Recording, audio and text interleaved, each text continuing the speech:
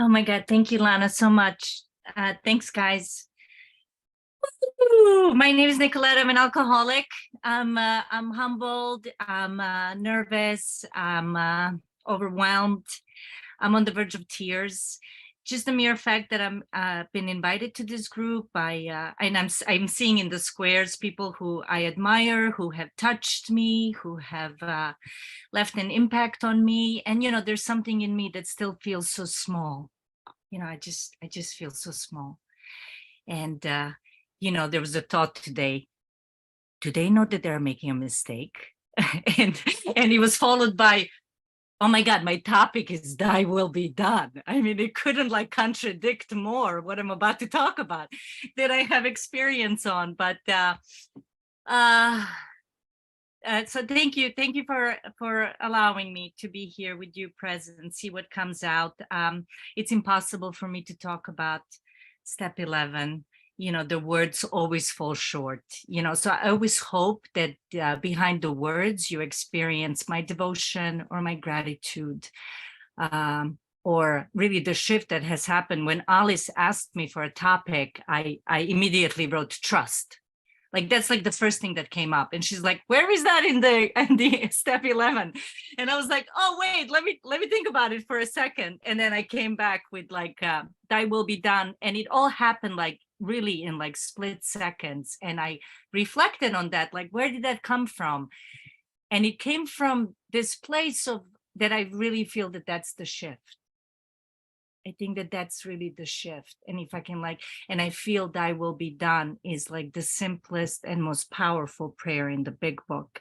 And it's so layered and it's so rich and it's so generous and meets me wherever I'm at in terms of my own spiritual journey, that it has changed significantly for me over the years of my sober path. My sober date is September 15, 2006.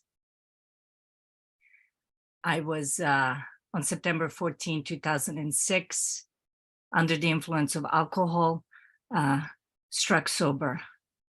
And I haven't had the words for that experience. It was a manipulated pause. I was cornered and I was surrendered. I didn't surrender. I was surrendered. We call it the gift of grace, the moment of clarity. Pretty much what happened in that split second is that my mind came up with the final solution to my problem, and that was to end my life. And I think something in me wanted to live more than wanted to die. And there was the first time that I was honest. In the 11 years of my drinking, I was honest and I said, I can't stop drinking. Full stop. Not I can't stop drinking, but I'm going to do something about it and I'm going to figure it out tomorrow. And there's somebody to blame and it's somebody's fault. And oh, well, and I wanted to, there was no agenda. There was just truth. That was my first experience that I'm aware of the truth will set you free. And it's very simple. It was very simple. And it was followed by, I can't do this. I need help.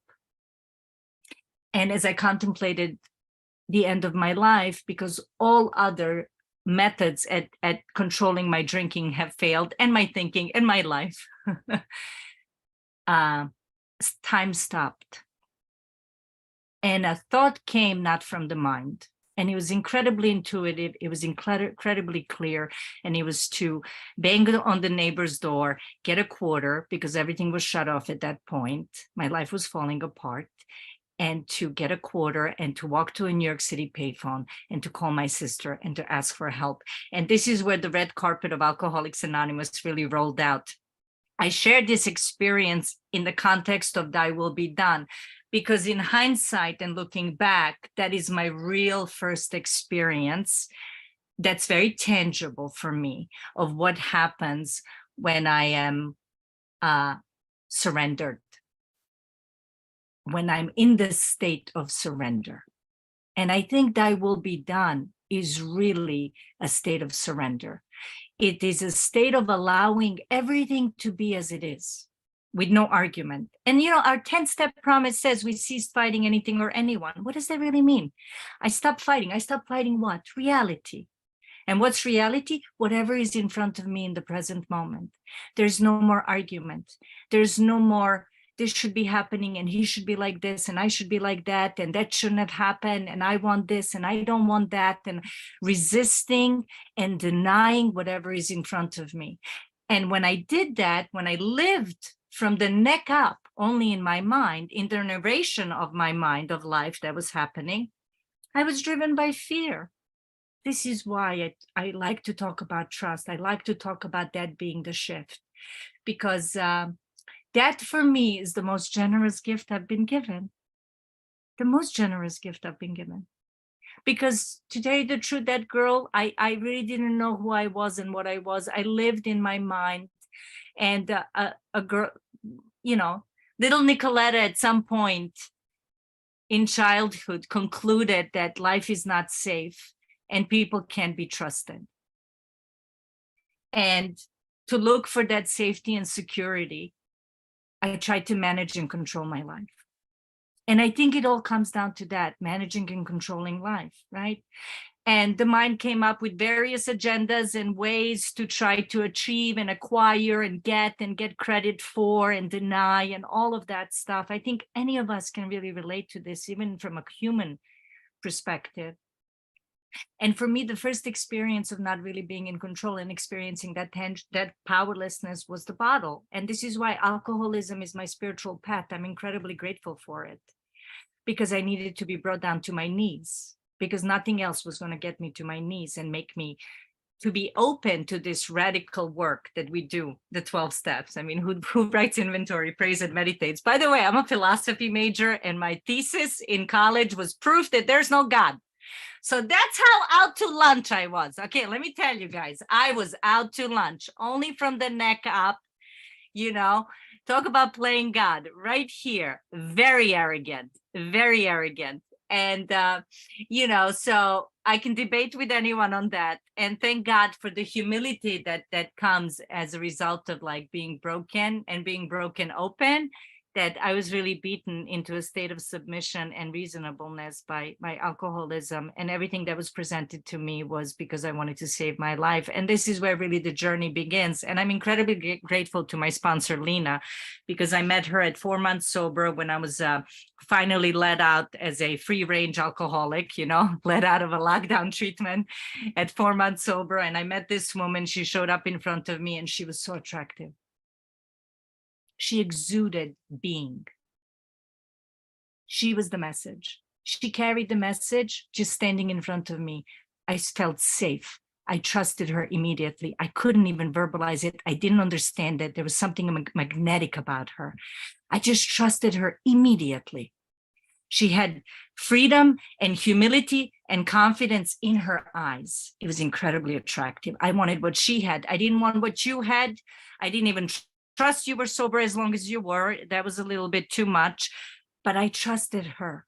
I trusted her, and I trusted whatever direction she gave me. And she told me to sit quietly for 2 minutes at 4 months sober. And I was cheating at 30 seconds.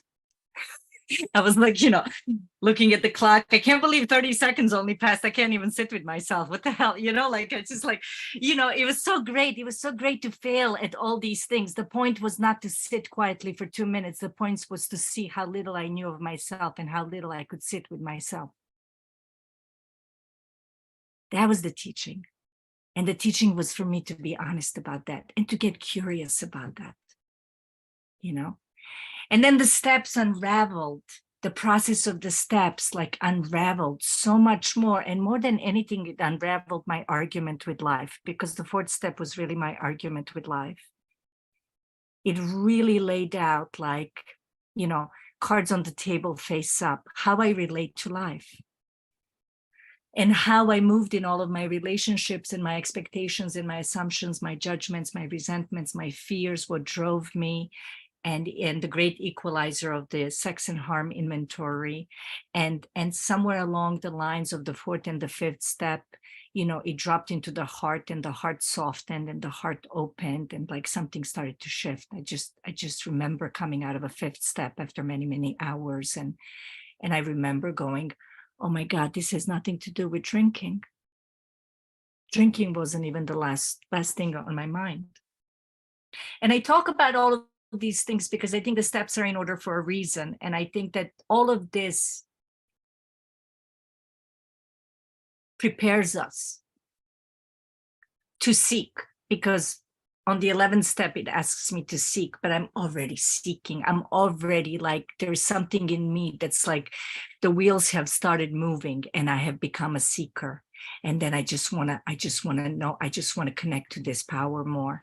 And one of the things that I realized in the process of the work is that I just got really, really curious about connecting to this power that I was incredibly grateful for.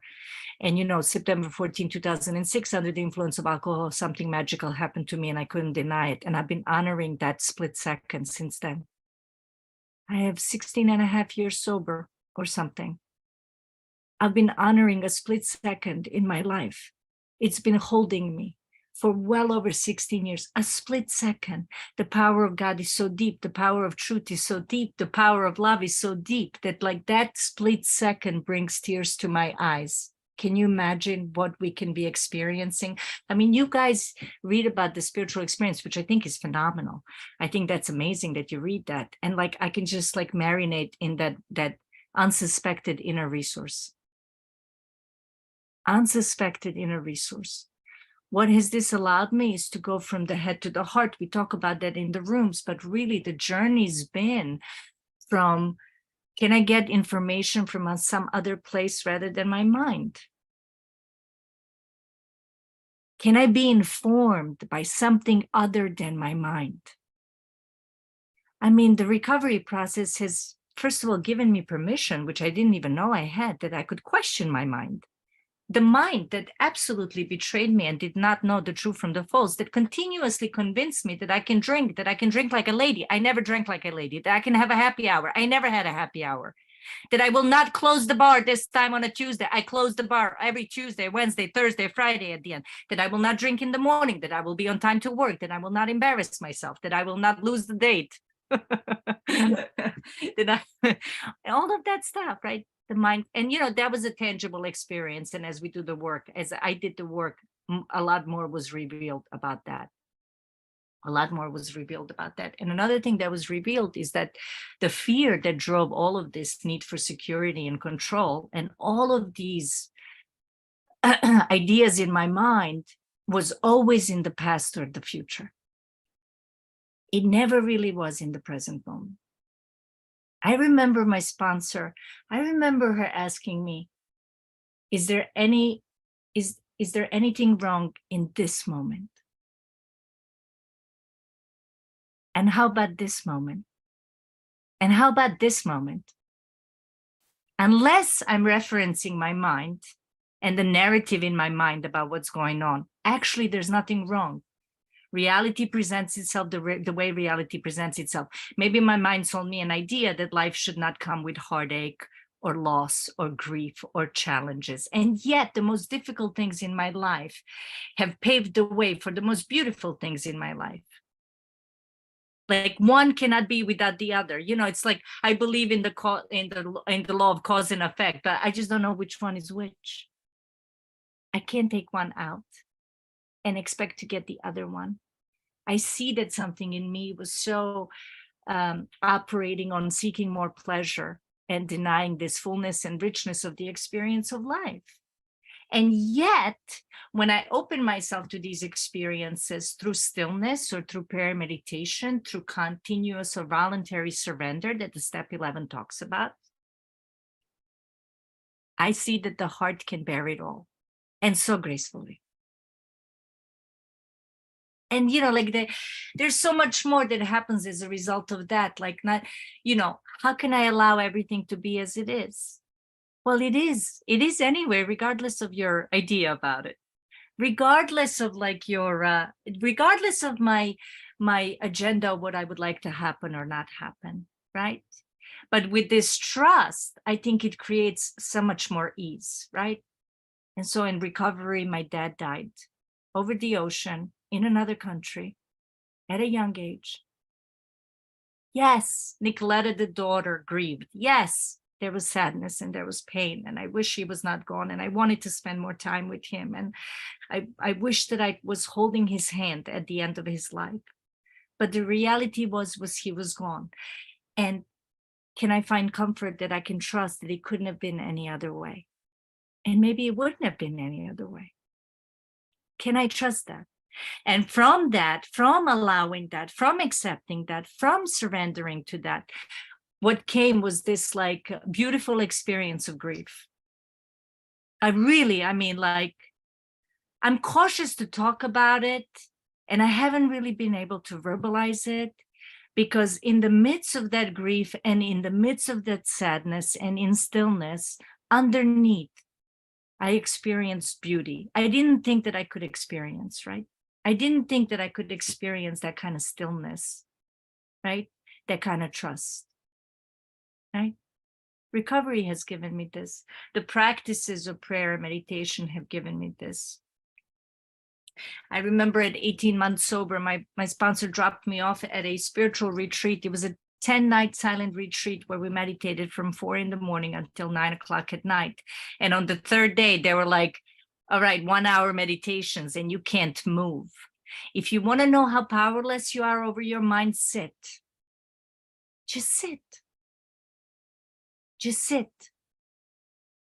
I mean, I had a song I didn't even like stuck in my head. I had all kinds of judgments and opinions about the guy next to me and his movement. I had all kinds of judgment and opinions about myself. I had yesterday's breakfast. I was thinking about tomorrow's lunch. I was thinking about what day is today, you know, and all they asked me was to be still. And the book really points us in the direction of like being rather than doing. It points us to drop down to this unsuspected inner resource, right? I remember just being so humbled by that. I remember just being so humbled by that and becoming a student of wanting to know more about what is it in me that like denies this like just present moment, this being. And I saw that the virtual reality of my mind is the one that stands in the way of that. It really colors this experience of just presence. Because all I have is this moment. No other moment is promised. And I feel that it's too much for the mind to bear. I feel that my mind wants security. It operates in fear. It lives in time. And yet presence, when I'm in presence, when I'm here, when there's stillness here, it feels timeless. It feels all-inclusive. It feels spacious. There's a spaciousness to it. I can connect to my heart. I can sense the gratitude. We talk about gratitude, but can we be gratitude? I don't need to write gratitude lists. I need to be gratitude. Let gratitude move me. Let that experience of what I'm feeling internally move me. Let my devotion move me. I found that to be a much richer experience of life, one that I'm incredibly grateful for, while still being humbled by the fact that no other moment is guaranteed and no other moment is guaranteed. That was a good word. Promised. Not to be expected, not to be assumed that I should have it. My dad didn't have it. My co-worker's mom didn't have it, who passed away yesterday. And every time I rub up against death, I'm reminded that nothing is promised. And yet I have this experience of anything is possible. And, you know, we talk about in the work, like spirit, when the spiritual malady is overcome, we strengthen out mentally and physically. And so I need to really give my attention needs to be on my spirit. The attention needs to be on my spirit, your spirit, this spirit. I don't get to claim it. It's not for the me, right? I mean, we talk about all these things like death of self, right? Die before you die. I love these teachings. They just like, I like marinate in them. Like this morning, I read like this sentence and I can't get away from it because it said, complaint is only possible while living in the suburbs of God. And I was like, mind stopped, blown away. Like something in me resonates that this is true. If you want me to put it into words, I can't. Yet I know it to be true. Like something in me knows this to be true. And as we have these experiences in recovery, and as I hear some of you speak about your truth that you've experienced coming from your experience, something in me resonates with that. The message gets transmitted. I feel like you walk me home, like you bring me home. I love when Calvin said at the beginning of this meeting, welcome home. We get to walk each other home. And I think that's what we're doing. We're walking each other home, a home that's not claimed by Nikoleta, the actor, this figure, and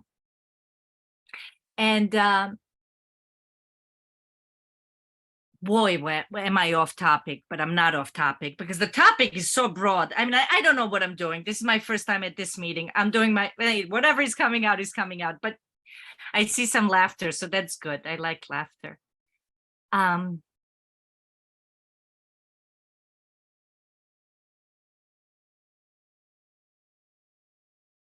For me, it's really been a daily voluntary surrender and a remembrance of your will, not mine, be done.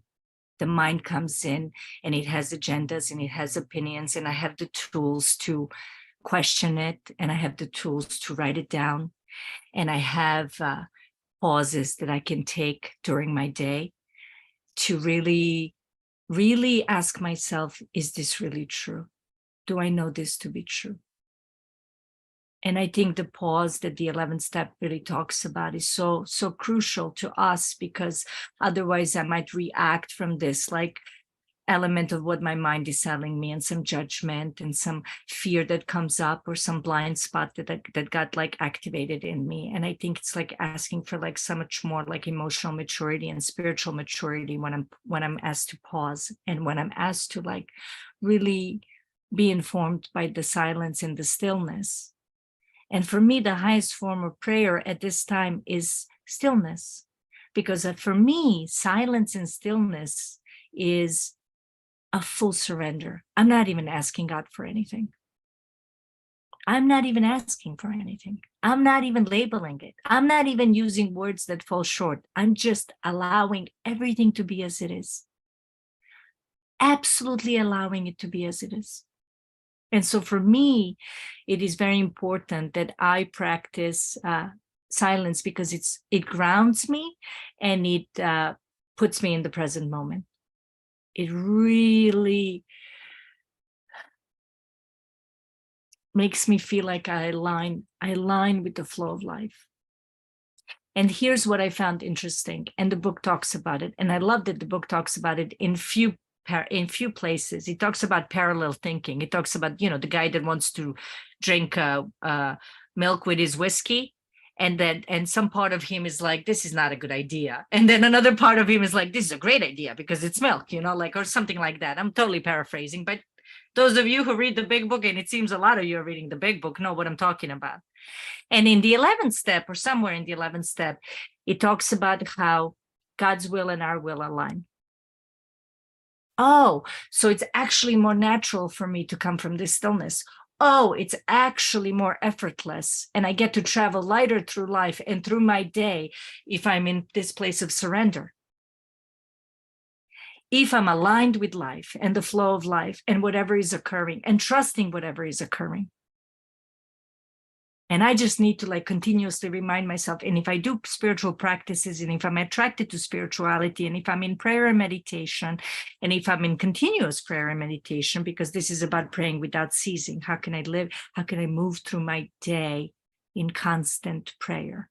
The only way I can move through my day in constant prayer, from what I've found, was to be in constant state of surrender. How am I in constant state of surrender? I got to be dropping down to that unsuspected inner resource and letting that inform me. I can't be getting information from the mind. I'll know when it's intuitive. I'll know when it's inspirational. I'll know when it's not coming from some personal agenda, because it won't be constrictive. My body will inform me. My body is more attuned to the truth than my mind is. When I'm in resentment, and when I'm in fear, and when I'm like When I'm in anger, when I'm agitated, when I'm doubtful, I'm small, I'm constricted, I'm sweating, I'm heavy, I'm down, my posture is down, my facial expression is crunched up, my body's responding, you're not aligned. You're not aligned. When I'm living in truth, when I'm spacious, I feel lighter. I walk through the day lighter. All is well. There's no argument with anything. I feel like more open. My heart's open. I sense the gratitude. I don't have to think about it. I don't have to think about the devotion to God. I am in the presence of God. I feel the awareness. I feel the God consciousness. So today it's not about what I think. It's about how do I feel? Where does it hurt? What am I experiencing? What is my body trying to inform me? And let me tell you, stillness, something always comes up for review. Just a month ago, I went on a silent retreat for a weekend, just a weekend. Some doubt and insecurity and conflict arose and fear arose in how I related to a specific relationship. I brought it to silence. And, like with the noise of the day-to-day tasks and work and phones and obligations and responsibilities and the mental chatter, like I sensed prior to this retreat, a question mark. I sensed that I knew something that I didn't want to know. I just knew something I didn't want to know. And when I brought it into silence, because I had I couldn't escape the silent retreat. I ended up here with a sponsor of mine so we can practice step 11. She was like, on step 11, I'm like, let's go on a retreat, let's go on a silent retreat and like meditate together and all of that good stuff. And, so I found myself on this retreat with this question mark, and I had no place to go but to bring it to silence. What did it reveal to me? It revealed things to me about me. Nothing needed to be changed about that relationship externally. The person didn't need to move differently. They didn't need to give me a call and apologize. They didn't need to like me or love me.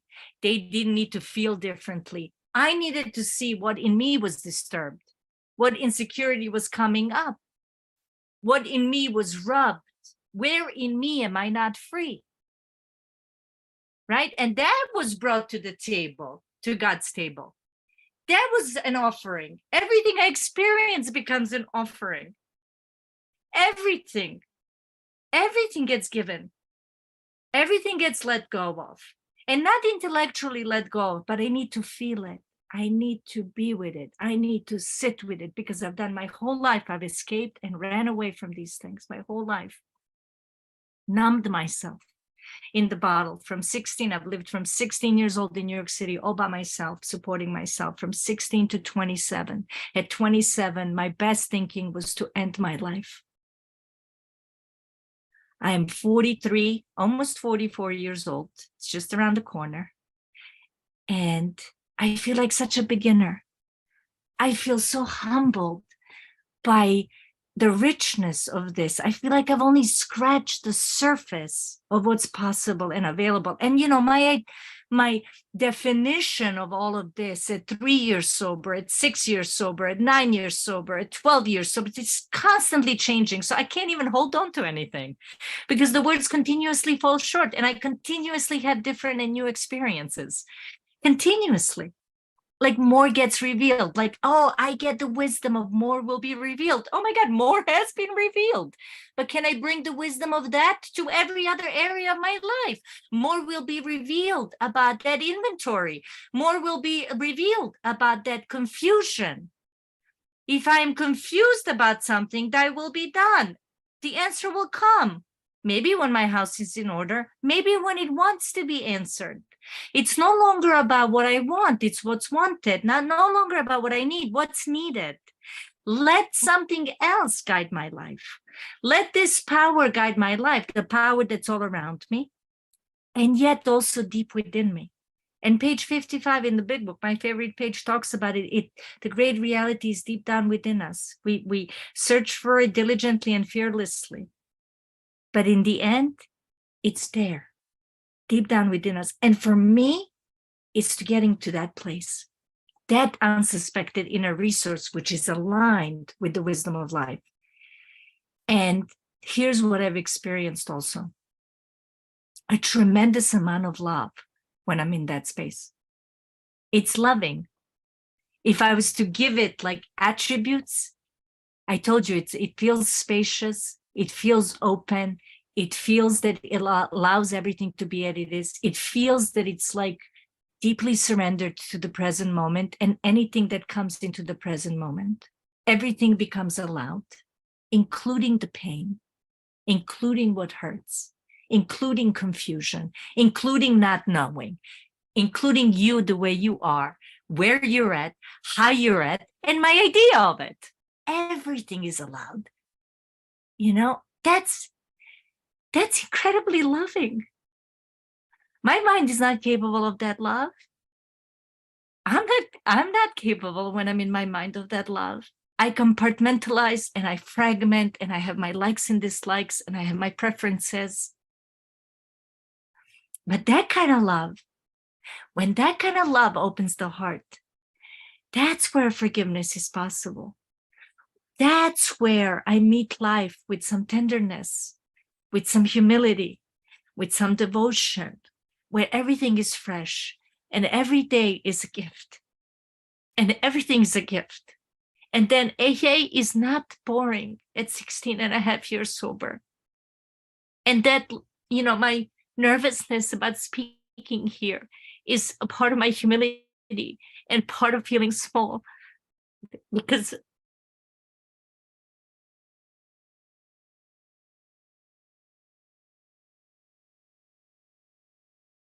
this has been so generous. It's so generous.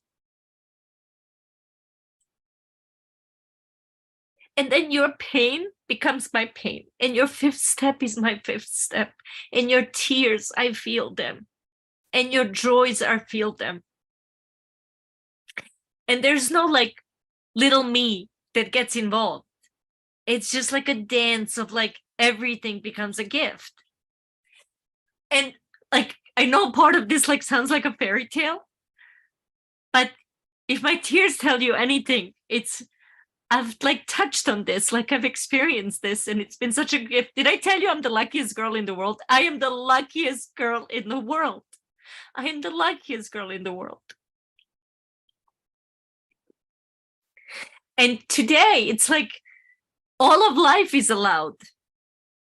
Not getting what I want and trusting that I was never supposed to have it, or that it couldn't have been that way. And then it becomes lighter to move through these things because trust is present, and before trust was not present. And in my most difficult moments, when I'm like curled up in a ball, you know, crying about my dynamic with my mom, or my misunderstanding with my partner, or like my financial insecurity with my job, and all this life stuff that comes up, and my, you know, broken car, and my fear of public speaking, and I'm curled up in a ball. Even when I'm experiencing the fear, this, which I cannot unlearn what I've learned, I can't like unknow what I've experienced, right? It holds me because it goes, oh, you know, just trust, just show up, just see where it takes you. And then it becomes interesting. And that's what makes it fresh. And I'm like, oh my God, what's around the corner? What's around the corner? A corner that is not promised. So I have to see it as a gift. If you told me 17 years ago, this is what AA was going to give. First of all, I didn't even speak that kind of language. I mean, like, rocketed into the fourth dimension of existence. What are you guys talking about? Like, what is going on over here? Who speaks like this? You know what I mean? But now I'm like, oh, you walk me home. You are walking me home. Home that feels like home. And I need to take a look at how come it does feel like home. How come something in me resonates and remembers it as home? You remind me. We remind each other. We constantly remind each other. And boy, do I need a reminder, because I'm as human as they come. And I have this action figure called Nikoleta that still gets small and still gets afraid and still comes up with wild ideas that she thinks are driven by God and God consciousness. And then she's like, oops, wait, that hurts. Where did that come from? And, and that's the dance. It's like this dance of human and divine. But I go back to the prayer. I go back to the prayer of your will, not mine, be done. Your will, not mine, be done, because I want to dance with this divine. I want to be in the dance with the divine. I want to surrender to it. I'm devoted to it. I'm curious about it. My attention is there. And boy, do we make powerful what we give attention to. Boy, can we really, really make that powerful when my intent and my attention is on that. And yet, and how vast it is. And then more gets revealed. And then I can't really verbalize this relationship with this power, because the relationship it translates into how I move in, how I relate in all the relationships around me and in my life. But boy, does it originate in how I move in my relationship with the depth of my being. And if I was to use more tangible example of that, is, am I moving in any way that's not aligned with my integrity and my truth, the deeper truth, not the action figure truth that's looking for agenda, but like this deeper knowing. Is this really true? Does this align with my integrity? Because there's something in us that is so tuned up to that. And if we uncover and discard all the things that are blocking us, and if we give our attention to that depth of our being and to that spaciousness and stillness within us, it will inform, even against my own will. It'll inform me against my own will. Like sometimes I'm like, no, but he's really nice. No, he's not.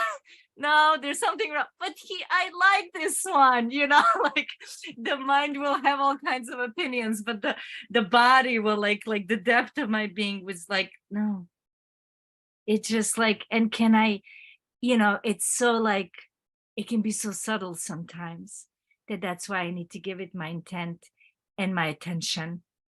And so my life is dedicated today, and I might say something totally different in the future because I might have a different experience and more might be revealed, to this simple prayer in the big book. Your will be done. Your will be done. And to the stillness that it arises from, that allows everything to be as it is.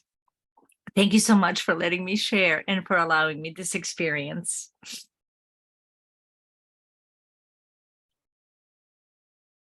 Beautiful. Thank you, Sherry. Ann S., the Villages. Come on up. Hey, everyone. I'm Ann, alcoholic. Nikoleta. Wow. It's so hard to put into words the effect that your share had on me. I was not really feeling well tonight, and I just, no. And there was just something like, you would know, there's that inkling for me to come on the meeting. And I have not heard you speak before, but what knocks me out is that you say that you're nervous to speak. You just give forth pearls of wisdom concerning how I feel concerning this program, and how to just appreciate it as much as you do, which I can't say I appreciate it as much as you do because I don't know you that well. But as far as my program, I love my life, and it's only because of this. But the two things that you had, I was trying to write down. We don't have gratitude. We need to be gratitude. I love that. Have to figure out exactly how to do it, but I just love it. And then the other thing I thought was so good. Complaint is only possible when living in the suburbs of God. That's a new one. That's a new one, and I'm going to use that with your permission, if you don't mind. But I think that says so much so much also. So there's so much that you said that means so much to me, really. And I will listen to this recording over and over because I couldn't write as fast as you were speaking. But thank you. I knew there was a reason I needed to be on this meeting tonight. And pearls, you just were spouting pearls. So thank you very much. Thank you. Thank you so much. And I just want to say all credit to Hafiz who wrote that. And he touched me. He's a poet. Thank you, Ann. Our very own Calvin. Hello, everyone. Thank you, Philip. And Nikoleta, thank you so much. Thank you so much. And I really, because I know your backstory, I know your story, right? And I know for somebody to come from a whole nother country that don't believe in God and get dropped off as a young girl in New York on your own and to come to where you have come to is amazing. But that ain't my question. I just wanted to just say that to you because my God, you showed me the power of Alcoholics Anonymous. But when you paused for a minute and you stopped, that's what I wanted to ask you about. That pause when you stopped tonight, I caught that. And I've done that. And I know what that is. But could you tell me what that is for you? Thank you. That's the most important moment that happens all throughout the day for me. And I think that's where I touch on that trust, right? I just like the mind gets busy and I keep going and then it gets overwhelming and the thoughts come in and I just need to bring it back. I just need to pause. I feel suddenly an uncertainty or some confusion, or I start tripping over my words, or too much is happening. And I just want to take a moment and see what the stillness wants to say. Trust the stillness, get informed by the silence, which is so unbelievably the opposite of what my mind wants to do. My mind wants to prepare. My mind wants to sound good. I want to sound good. I want to be liked by you. I want to do good by Alice, who asked me to speak. I want to, I want to do good in front of Calvin and Lana and like all that stuff, right? It's just the mind. It does what the mind does. No fault of its own.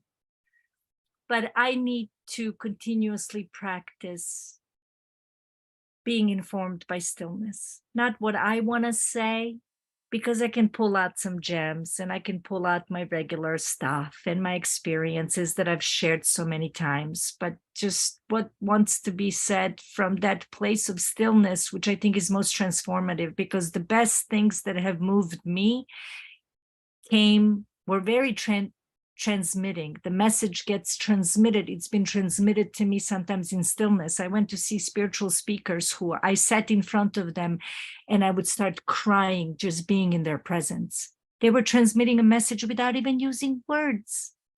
When I met my sponsor, I looked at her and all of me surrendered to her. She transmitted through her eyes without using a word. This is the kind of stillness that I want to honor. This space, that kind of space that, we talk about God, like God, like the word God can really stand in the way of, what I'm trying to say. Thanks, Calvin. Beautiful. Thank you, Calvin. Alice, come on. Hi, family. My name is Alice. I'm a grateful member of Alcoholics Anonymous. Nikoleta, I don't remember exactly who gave me your number initially, but I have been in love with you since I first booked you, and what a beautiful share. So I have a request, but I want to say a few things I heard, because what my experience has been is that you can only hear at your level of understanding. And I think that you spoke at a level that is difficult for new people to really hear, because it's not a newcomer talk. No, and I don't mean that in any bad way. Like, it's really about kind of a depth of your experience with God. And so I just, man. So I'm going to repeat a couple things that you said. Just bear with me. It's the journey from the head to the heart. That's what it is. It's the journey from the head to the heart, a daily surrender. And that the pause is the freedom from my own mind. Talk about clarifying what bondage of self is, right? And then you said, nothing is promised, yet everything is possible. What? Right. The paradox of the spiritual realm. Still in silence. That's where the full surrender is. Ceaseless prayer, which I love to talk about, is this drop into the inner resources in me. And that when I connect, then prayer is in every breath. I love that. But then you said this thing that sounds like, for anybody that's not ever seen it, rooming, right? The guest house. That my job is, I'm not come and go, the feelings, the emotions, and I'm not attached to any of it. Not attached to any of it. Okay, I'm going to stop. The dance of the human and the divine.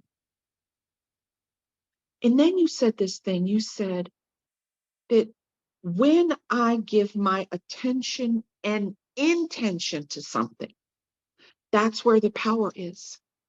And that even if I don't want to know, when I'm moving outside of integrity, my body lets me know. I just love that. So here's the request. If you were talking to somebody, which you do all the time, this brand new, this like, what? What is the simplest way that you can express this profoundly simple yet complicated notion of surrendering to the power and the will of God? I know that's not fair, but that's it. Thank you. What is the simplest way is the way that it was presented to me. Step into the unknown. And all you got to do is have the willingness. And the willingness, I'm not willing, but willingness was present as a result of my step one experience. I was desperate, I was cornered, I was broken, I was surrendered. And I was given just enough to step into the unknown and have this experience.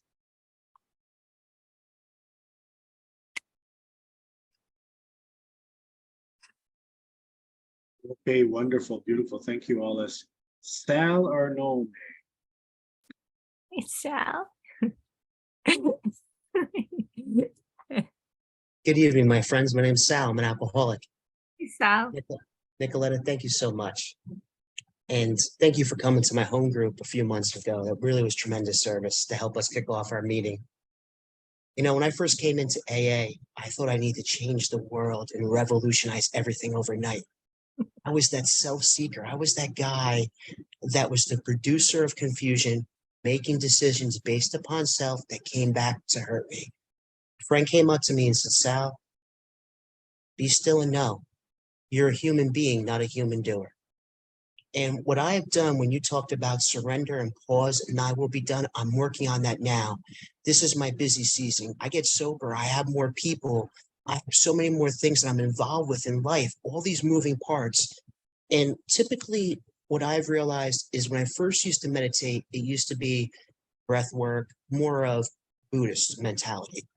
Now I do more of a contemplation, and what I'll do is I'll go to God if I feel agitated or resentful, that 10-step they talk about, resentful, selfish, dishonest, and fearful.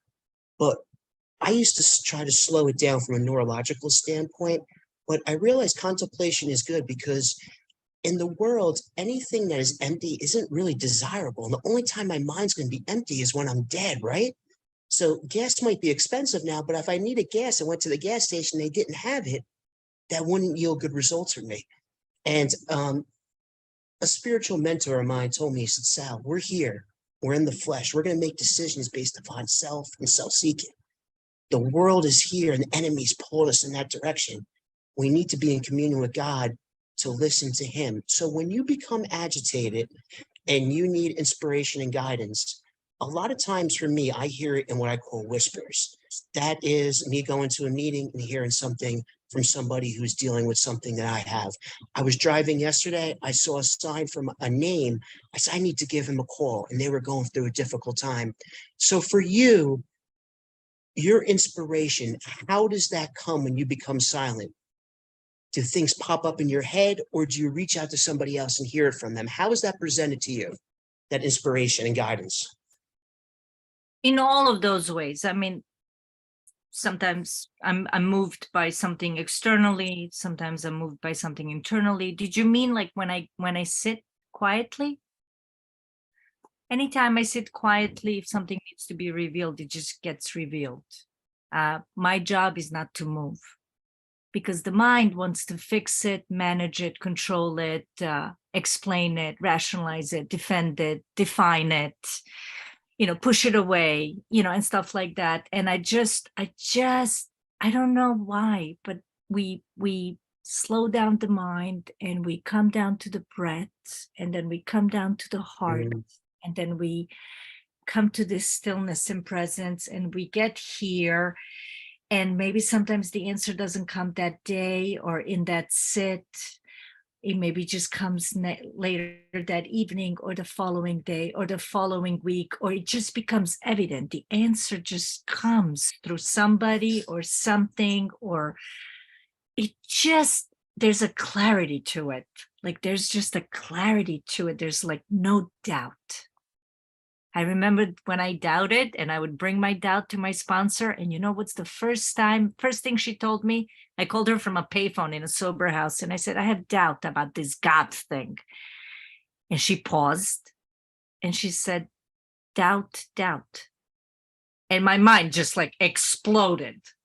Like I think she had a machete that like literally cut off my head in that moment. That's what it felt like. I will never forget that. Doubt. Sit. It's the opposite of everything we've been taught, mentally speaking. I want to acquire, I want to achieve, I want to know, I want to understand, I want to explain, I want to verbalize, I want to intellectualize. And this is just bringing me to a place that's so fresh, so unknown, and comes from a different place that's not human, it's divine. And then we become a channel that moves through. It just becomes evident. Thanks, Hal. Thank you, Sal. Joel M., come on up. Oh my God, Nikoleta, your truth spoke to my truth. You are able to articulate so many things that I just can't put words to. I'm definitely going to listen to your talk. I too was a seeker and busting my buns to find out how do you get this connection with a higher power. And the guru that really changed my life, I think anyway, there's a book called The Power of Now by Eckhart Tolle. When I read it, I just said, inside, I didn't have to think. I said, this is true. This is true. And I try so hard to get to the silence. And you're right. It's the place where I feel home. And to be another one of my gurus is Ram Dass, and he wrote a book, and I use that as a mantra: be here now. Be here now. So a lot of times when this head is all effed up, I be here now, be still and know that I am God. And focusing on the breath, I find I don't have to be sitting down and meditating. I could just focus on my breath wherever I am and just be here now. I wish I could articulate this truth. This is our truth. It's a truth. It's everyone's truth. But it's so hard to articulate, and you did a great job. Thank you so much. Thank you, Joel. Marianne, please come on up. Hi, I'm Marianne, and I'm an alcoholic. And God is so very, very smart. I have never been to this meeting.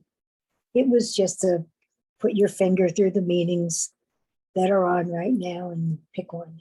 And I did. And not only do I see people here who I dearly love, people that I know and I love to listen to, but I hear you. And I hear things that I know are so true. I see things that show me how I've grown. I have the God who throws pebbles at my head. And if I don't pay attention to the pebbles, he throws rocks, you know. That's how our relationship has been. And the things that I learned in the very beginning, how they've changed. You know, you talked about the pause. And in the beginning, my first sponsor said to me, here's one word that will save you over and over again. The word is pause. And in the beginning, that pause prevented me from hurting myself and others. That's what it was for. It was pause, don't say that. Pause, don't think that. And as I've gone further and further into sobriety, it's pause, listen to me. It's pause, hear my words. Pause, move yourself humbly out of the situation and think about what I would do. Now, I heard that from you tonight. I don't think anyone else has ever articulated that where I've been near. And I've learned to look and I've learned to grow and to want to grow. You know, and you speak of Ram Dass and I looked for people. I looked for people and thoughts, and it's been amazing to me. And somebody pointed me to Emmett Fox, and somebody pointed me to Sam Shoemaker, God bless him, and standing by that door, you know. This has been a wonderful, wonderful meeting tonight for me. And I'm so glad I heard you. I wish I could follow you around. I wish there were a way. I would know where you'd be. But anyway, we will see each other again. I know that. Thank you so much. Thank you. Thank you, Marianne. Thank you so much. Tammy V, can you turn your camera on, please? Come on up.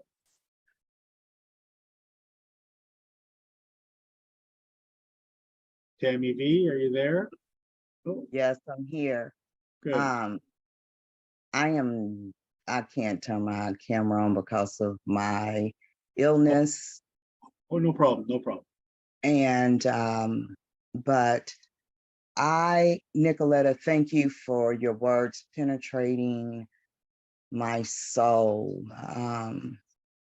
I needed to hear that. You talked about being the luckiest girl in the world, in spite of dad dying, in spite of all the things that's going on. How do you feel like you're the luckiest girl when that shit is so heavy?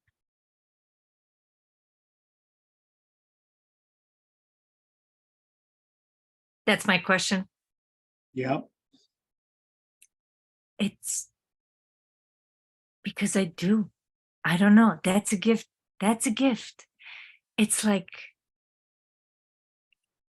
I remember a time when I was so disconnected from my heart that I didn't even know what it feels to be grateful. The feeling of gratitude was foreign. I don't know that I've experienced it. And when the heart is full, or when the heart is open, or when we get opened, everything is seen as a gift, including the challenging things, including losing everything, including failing at controlling my drinking, including the experience of grief, the experience of loss, the teaching from that relationship, the thing that brushed me up and you know, revealed my blind spots in this dynamic, and like everything is allowed, and then everything becomes a gift. And I don't know that I see that. I think that if I'm seeing through the eyes of God, I get to see like that. Or if I'm seeing through the heart, I see like that. The heart allows it all. It's not mine. I acknowledge what's been present for me, which makes me even luckier. So I hope that answers it. Well, thank you so much, Tammy, for your question. Ali, come on up. Thank you, Philip. Hi, everybody. Ali, grateful alcoholic. Nikoleta, that was incredible. Thank you so much.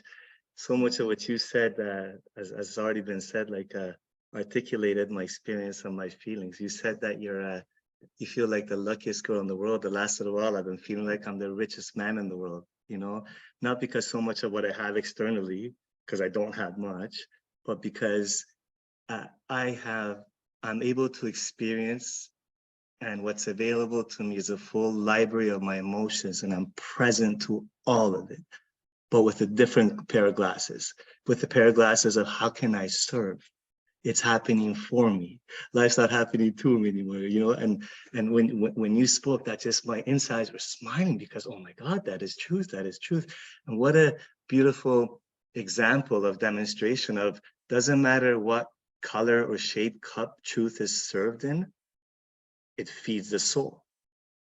Thank you for feeding my soul today. That was beautiful. That was beautiful. Now, my question to you is this.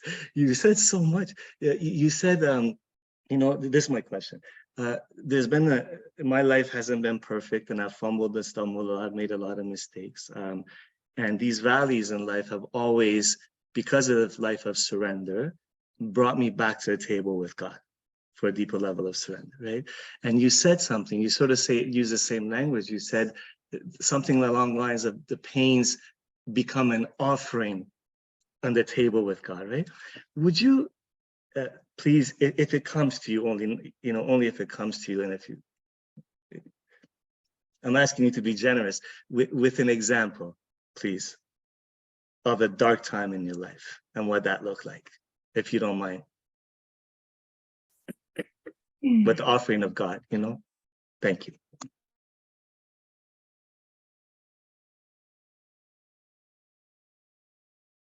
An 11-year relationship ending, and then him marrying within 6 months.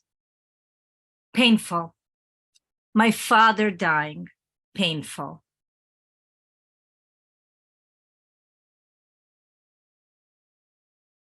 Getting diagnosed with a medical condition, painful. Any of that is very painful. Anything that happens that tugs at me, that confuses me, that humbles me. Because when I'm humbled, boy, am I offering it to God even more. And life humbles me because it's vast and it's scary at times and it's overwhelming and I can't move in it by myself. And when I feel that sense that I'm trying to handle an emotion that's so large on my own, where fear is present and I stumble and I fumble and I'm confused and I grieve and I'm in pain and I'm heartbroken and I'm, you know, that absolutely puts me in a position of asking God to help me, walk with me. And when I say God, for me, God is synonymous with truth and love. Because I know that I'm not at the end of the story, and I have not seen the full picture while I'm in the experience of pain. I think pain is a necessary experience that's part of the experience that I need to feel and grieve and sense and be reminded of and allow. But the trust, thy will be done, and the offering to God is because there's something in me that knows there's more healing here. There's more forgiveness here. There's more clarity that can be brought here. And I can't do it on my own with my limited vision, with my limited thinking, with my limited experience. And so I'm asking truth and love to really reveal itself to me, to show me what's possible, because that thing is pregnant with possibility. I'm not. I mean, I should be dead. You know, I'm not even in charge of my breathing. Can you imagine if we were in charge of our breathing? Half of us would forget to breathe, you know? I don't even know when I'm going to go to the bathroom. So like, I'm not in charge of much. And there's a part of me that knows that. And so I ask this truth and love and this power of the universe and this great reality to, like, I know you're here, reveal yourself to me, like guide me and show me. And I'm humbled and I'm small and I'm open. I don't know if that answered that, Ali. It looks like a yes. Thank you, Ali. Michelle P., come on up. Hi, my name is Michelle. I'm an alcoholic. Thank you, Nikoleta. Now my head's all mixed up because what you just said.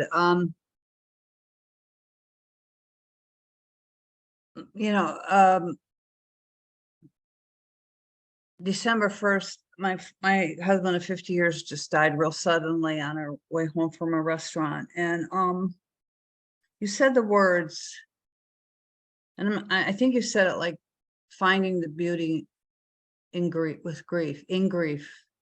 I think that was how you said it. I'm not 100% sure. I know that what I did December 1st, December 2nd, actually, and when I sat out on my deck, and I live in Pennsylvania with 6 degrees. The trees, I live in a mountain, the trees were naked, and I sat out there freezing cold with my husband's coat on, talking to God.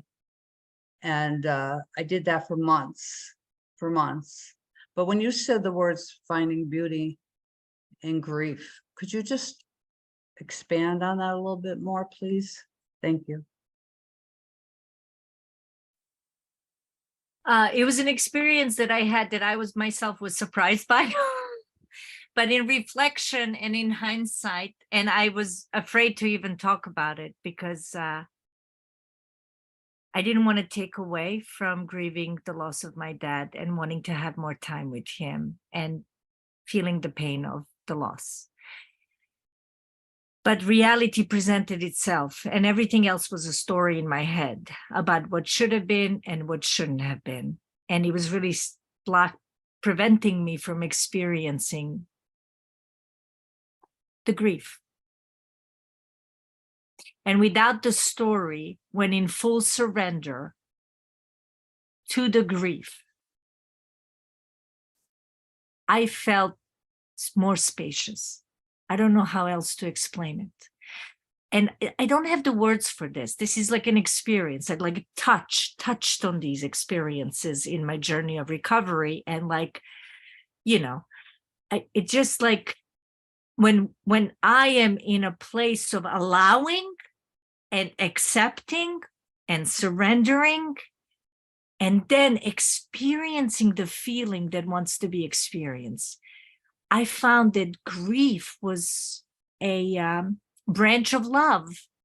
It was really coming from the love for my dad. I missed him, but I didn't argue with him being gone. I wanted to spend more time with him, but I was glad he was no longer in pain. I wish we had more time together, but I trusted life. I trusted life. I trusted life's timing. I trusted God's timing. I trusted it. And as a result, he lives in my heart. I acknowledge him. I love him. I feel his presence. I honor him. I pray to him. I pray with him. But in no way does it take away from the reality that my dad was gone, whether I agree with it or not, understand it or not, like it or not, agree with it or not. Because my argument does not bring my dad back. But I don't get to experience the deep love I have for him unless I allow myself the grief that comes with it. I don't get to acknowledge our relationship. I don't know if this, like, there is a spaciousness when we feel rather than think. Feel the feeling that arose because of this. Everything else is like window dressing, it's like just like the mind's story about it. I don't want to live in the story, my mind's stories anymore. I've lived my life in the narrative of my mind for so long. And that disconnects me from the experience of life. Life is full of experiences of every emotion, every event. And I get to experience that something in me allows it, and something in me welcomes it, and something in me walks through it with incredible grace and dignity. without the mind clouding the experience. And there's some beauty in that. There's something very beautiful about that. I thank you. Thank you, Michelle. Angel, coming up, we're a couple minutes over our question and answer time. So just if you can keep it brief, that would be wonderful. Yes, absolutely. Hi, everyone. I'm Angel. I'm an alcoholic. It's my first time at this meeting. Thank you so much, Nikoleta. You've brought me so much peace in my heart today, and I appreciate that. You mentioned gratitude is just like an experience and not having to write gratitude lists. And that's the only way you described it perfectly for me. I'm just grateful that I have gratitude, and that is my list. You know, I don't need things. It's just a feeling that I have now.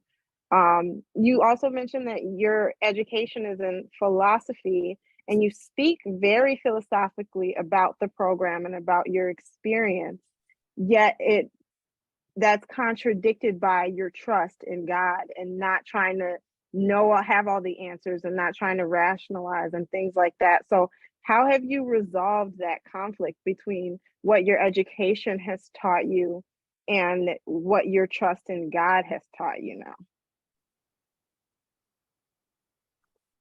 The experience in sobriety has trumped all other experiences of my life.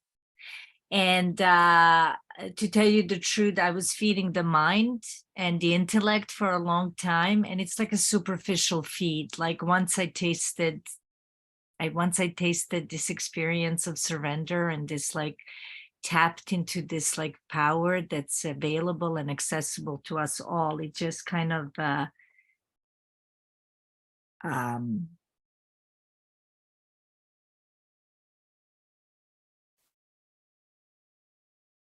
I appreciate all the experiences I've had. I know that it couldn't have been any other way, but I can't say that I have as much respect for reading books and trying to sound good as I do for the experience of stillness and fullness that I can't verbalize. You know, that I want a relationship with that thing that does not fit into my mind. Now that's interesting. That is attractive to me. That makes me curious. That takes my attention. And, but I feel that all the experiences I've had are just the cards I've been dealt, and I'm grateful for them all. I think I came into a point in my recovery where I threw away half of my library. This is like 25% of it. I mean, there was a time in my spiritual journey that I could not look at another book. I just wanted to vomit. I'm being honest, because I understood that it was coming from some place of just me wanting to feed the mind and just acquire knowledge and information and stuff like that. And I was starving for a deeper experience from the neck down, really. But now I see that all of it has a part to play. Like the job I have currently, I can see the wisdom of all the jobs I've ever had being used in this one job today. That's the beauty. God connects the dot. Nothing is wasted. It all makes sense in the bigger picture. A bigger picture I can't always see.